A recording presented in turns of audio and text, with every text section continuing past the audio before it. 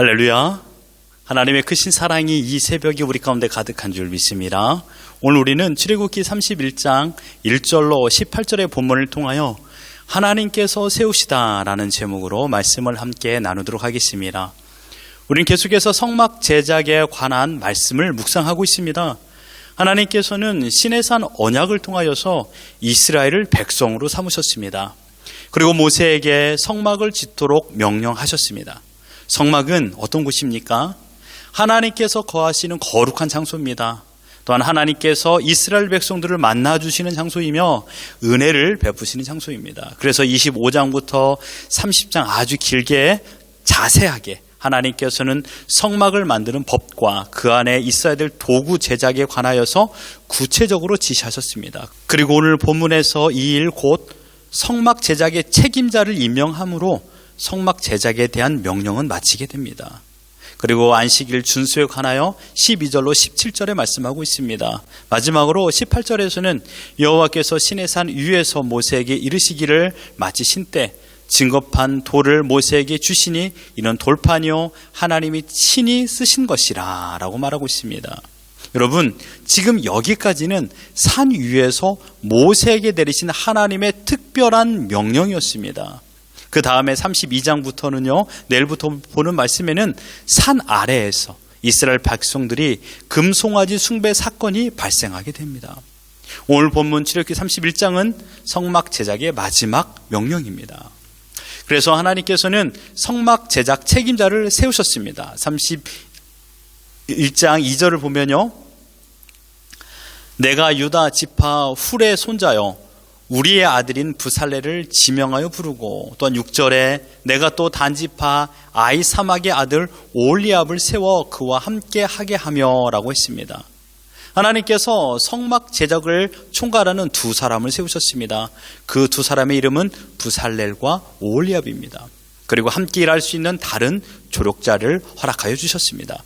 그런데 여기 한 가지 궁금한 게 있습니다.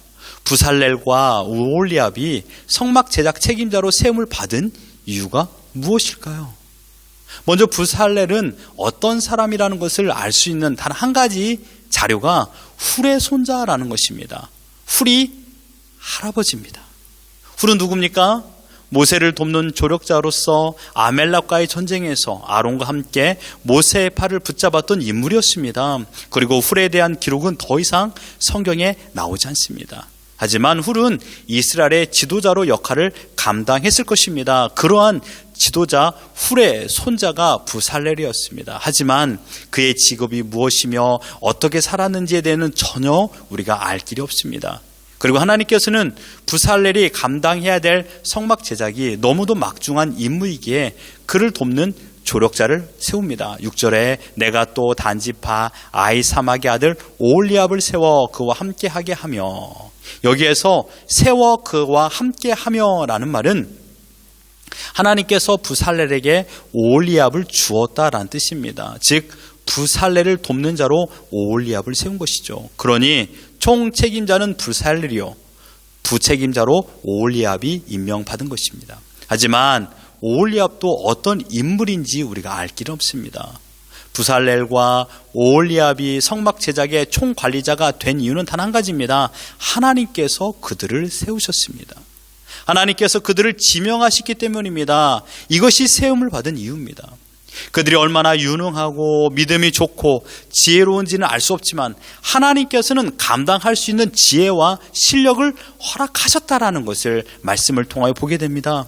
하나님께서는 그들에게 책임만 부여하지 않았습니다. 그들에게 하나님의 영을 허락하셨습니다. 3절을 보십시오. 하나님의 영을 그에게 충만하게 하여 지혜와 총명과 지식과 여러 가지 재주를 허락하였다라고 말하고 있습니다.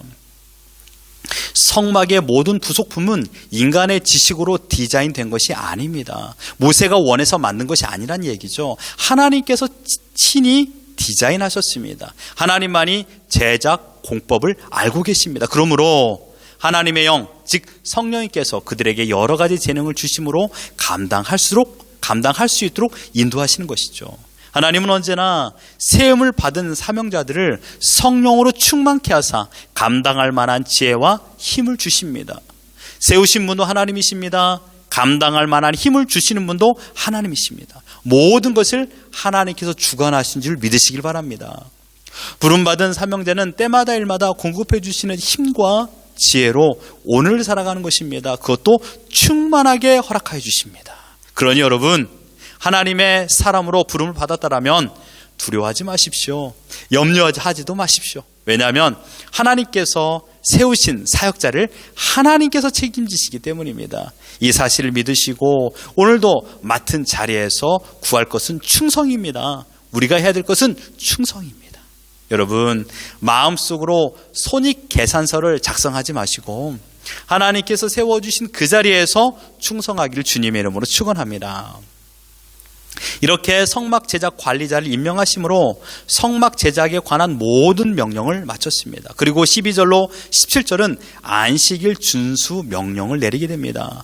어떤 이들은 성막 제작에 관련하여 안식일 준수를 명령하신 이유가 성막 제작 기간 중에도 안식일을 잘 지켜야 된다는 그런 의미로서 명령한 것이 아닌가라고 생각합니다. 이것도 물론 틀린 말은 아니죠.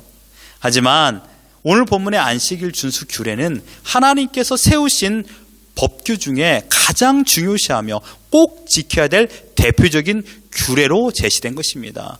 13절을 보십시오. 너는 이스라엘 자손에게 말하여 이르기를 너희는 나의 안식일을 지키라. 이는 나와 너희 사이에 너희 대대 표징이라 라고 말하고 있습니다. 안식일은 하나님과 이스라엘 백성이 언약적 관계임을 확증하는 상징, 곧 표징입니다. 이스라엘 백성이 안식일을 준수하는 것에는 하나님의 언약 백성으로서의 의무를 감당하겠다라는, 즉 하나님의 법도와 규례를 지키겠다라는 의지의 고백이 담겨져 있습니다. 또한 하나님께서는 하나님의 말씀을 지키고 순종하는 언약 백성에 대하여 그들을 안전하게 보호하실 것을 보증하십니다. 안식일 준수에 대한 규례는 십계명을 받기 이전에 이미 광야에서 이스라엘 백성들에게 주신 겁니다. 안식일은 인간의 뜻대로 만든 날이 아닙니다. 하나님께서 제정하셨고 하나님께서 세우셨습니다. 그리고 그날 복 있는 날로 하나님께서 정하셨습니다. 특별히 이스라엘 백성이 광야에서 만나를 먹게 될 때 안식일 준수 명령을 하셨습니다. 출애굽기 19장 29절에 보면 16장 29절을 보면 볼지어다 여호와가 너희에게 안식일을 주므로 여섯째 날에는 이틀 양식을 너희에게 주는 것이니 너희는 각기 처소에 있고 일곱째 날에는 아무도 그의 처소에서 나오지 말지니라 라고 하였습니다. 안식일은 집에서 머무르며 만나를 주신 하나님을 생각하고 하나님을 믿고 신뢰하며 자신들을 지켜주시고 만나를 베푸신 하나님을 찬양하는 시간이었습니다. 그리고 하나님께서는 안식일을 지키는 자들에게 복을 주셔서 생명을 지켜주신다라고 약속하여 주셨습니다. 안식일은 하나님께서 천지 창조를 마치시고 7일째 되는 날을 따로 구별하여 오직 하나님과 친밀한 교제를 나누도록 허락한 시간입니다. 7일째, 즉 요즘으로 놓고 말한다면 일요일은 모든 일을 중지하고 쉬게 하였습니다. 이 쉼을 주신 이유는 하나님을 기억하며 하나님과 교제를 나누게 하기 위함이었습니다. 그러므로 이 땅에 살아가는 모든 사람은 안식일, 즉 거룩한 주일에는 오직 하나님만을 생각하고 하나님과 교제하며 하나님을 경배하는 특별한 날이 되어야 됩니다. 더 나아가 하나님께서는 안식일을 지키지 않는 자들에게 엄한 심판을 내리신다라고 말씀하셨습니다. 14절에 너희는 안식일을 지킬지니 이는 너희에게 거룩한 날이 됨이라. 그날을 더럽히는 자는 모두 죽일지며 그날에 일하는 자는 모두 그 백성 중에서 그 생명이 끊어지리라. 15절에도 누구든지 반드시 죽일지니라. 안식일은 하나님께서 세우신 거룩한 날입니다. 그날 일하는 자는 그날을 더럽힌 것입니다. 즉 하나님과 백성 사이의 언약의 표징을 깨트리는 것입니다. 하나님께서는 깨트린 그들을 반드시 죽일 것이라고 말씀하셨습니다. 우리가 지금 주일을 지키는 것은 습관이 되어서는 안 됩니다. 전통이 되어서도 안 됩니다. 어쩔 수 없이 부모님의 강요 때문에, 아내나 남편의 강요 때문에 예배를 드리는 것도 돼서는 안 됩니다.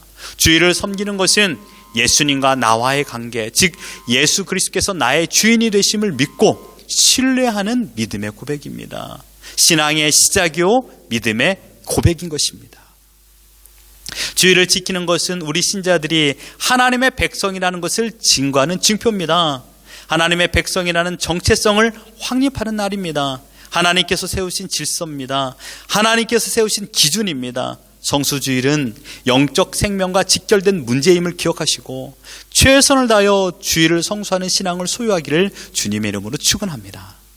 그리고 마지막으로 18절에 여호와께서 시내산 위에서 모세에게 이르시기를 마치신 때 증거판 둘을 모세에게 주시니 이는 돌판이요 하나님이 친히 쓰신 것이라.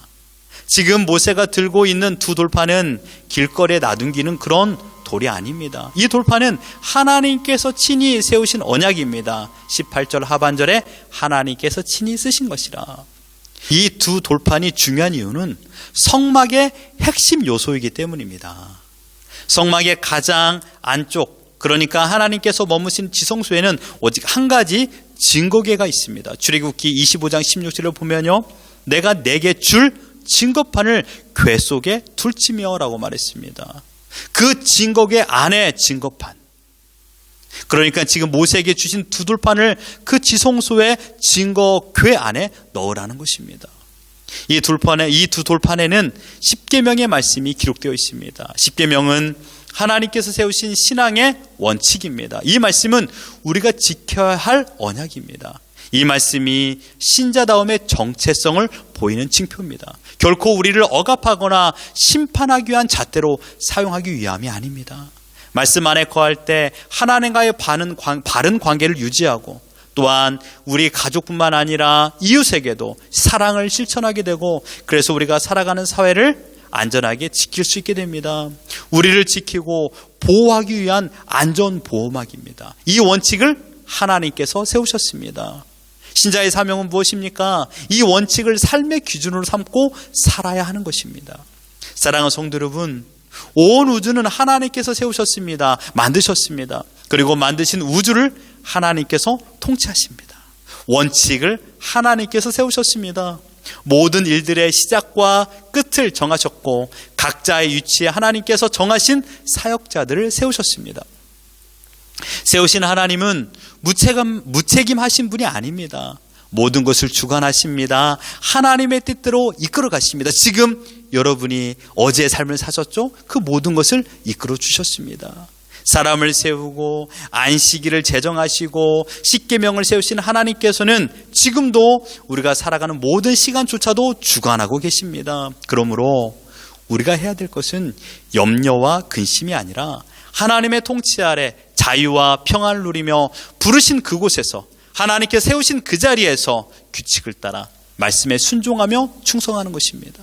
여러분, 일의 승패 여부는 하나님께서 판단하십니다. 우리가 보기에는 성공한 것처럼 보이지만 하나님의 시각에서는 실패라고 보일 수 있습니다. 우리의 눈에는 실패로 보이지만 하나님의 눈에는 성공으로 보일 수 있습니다. 지금 잘 되었다고 혹은 잘못되었다고 알 수 있는 사람은 아무도 없습니다. 하나님만 아십니다. 하나님께서 세우셨기 때문입니다. 우리는 하나님께서 세우신 사역자입니다. 무엇이 가장 중요할까요? 하나님께서 세우신 기준입니다. 그 기준을 지키며 살아가는 것이 우리의 사명입니다. 오늘 나에게 기준은 무엇입니까? 하나님께 세우신 질서에 충성하며 하나님의 친백성으로 살아가는 것입니다. 이것이 우리의 사명인 줄 믿습니다. 죽도록 충성하라, 하나님께서 오늘 나에게 주신 명령입니다. 하나님이 우리의 기준입니다. 그 기준을 따라 오늘을 살아가는 우리 모두가 되기를 예수 그리스도 이름으로 축원합니다.